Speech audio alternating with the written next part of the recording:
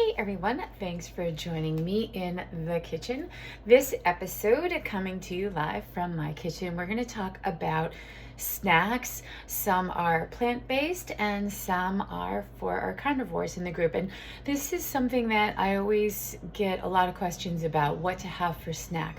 So what we want to understand is a lot of times I'll just tell people like, hey, eat frequently throughout the day and, don't put so much pressure on the snacks. So snacks can be, I don't know, whatever you had for breakfast or whatever you had for lunch, half of it, right? So cut it in half and have it for a snack.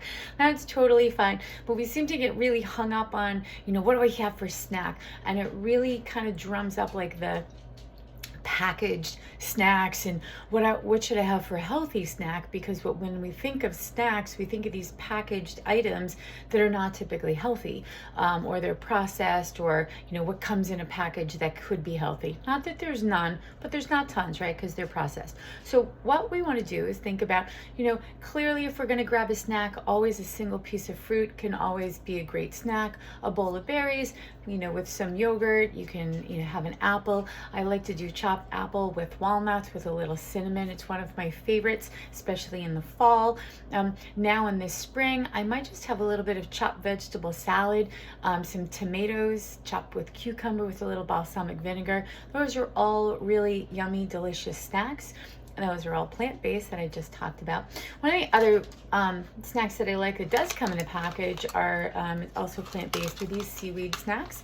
They're cute and transportable, and they're salty for those of us who are trying to wean ourselves off of that salty crunch. These can really do the job. And they're 10 calories because they're seaweed. So what's in them? Something else that I really like, which is great, we're all about this whole, fermented foods and getting our digestive tract at the right pH. Pickles I love, and I really struggle to find pickles without polysorbate 80 or all these other kind of dyes and additives that are not, BHT. I don't really love BTA. Those are all preservatives that are commonly found in pickles. I don't love. These, I don't have any of those, and I'm really excited about that. You are going to find some sugar. You typically will find calcium chloride, and that is a firming agent for whatever is in your brine when you're buying stuff. It's kind of the least offensive thing that's in there, and really hard to find a product without all of that stuff and without the calcium chloride. So this has calcium chloride. I accept it because it's got none of the other major offenders, and these are amazing if you like a little spice and kick with your pickle. I love these. Wickles, I love you, and I love your relish. I love your hots. Really good company, and not a lot of crappy stuff in them. So I love these, and it's a great snack if you want a little something and you're thinking about like, oh, we're always talking about this drink apple cider vinegar and things like that. Pickles can achieve the same thing for the pH of your gut. So check out those pickles. And then here's for the carnivore snack. This was not my purchase. Somebody else in my family purchased it, but I looked at it before. I was like, can we use this package?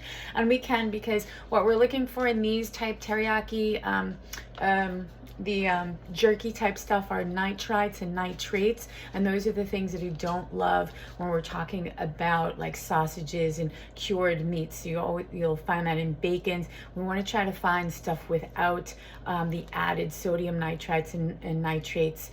This does not have it. Again, it has sugar, but not so much. What do we have for carbs? 9 grams of carbohydrates. Most of them are sugars, and that's probably just to make it taste palatable, right? So it's and it's sugar. It's not a manipulated sugar. It's actual sugar. So these kind of pass my test. They're low glycemic index, so they're not going to spike your blood sugar at all, and they're a good source of protein, and it's a good snack. It's portable. It's not going to need refrigeration. You can take it with you. Same thing for the seaweed, right? We're not going to need any refrigeration. We just need that to crush it. So this can go in a sports bag. Somebody has like a practice or something like that, that can go there. These can maybe go in the car where you don't have to squish them into a bag or something like that. So those are the snacks for our plant-based and for meat today. And again, just remember that your snack does not need to be from a package. It could be anything you want. A lot of times my snacks are like the leftover vegetables from the meal that I had before. That's a snack. There's no rules. So enjoy your snacks. It's an opportunity to get nutrients in. And it's an important thing too. If you sometimes I hear people say like, I just can't make it to dinner, I'm starving. Probably because you just do need some calories. And then if you have a snack in the mid-afternoon, when you do get to dinner, you're probably less likely to overeat, and you're probably going to make better choices because you're not starving when you arrive at that meal. So enjoy your snacks, get in those nutrients. Thanks for joining me on this episode of The Kitchen.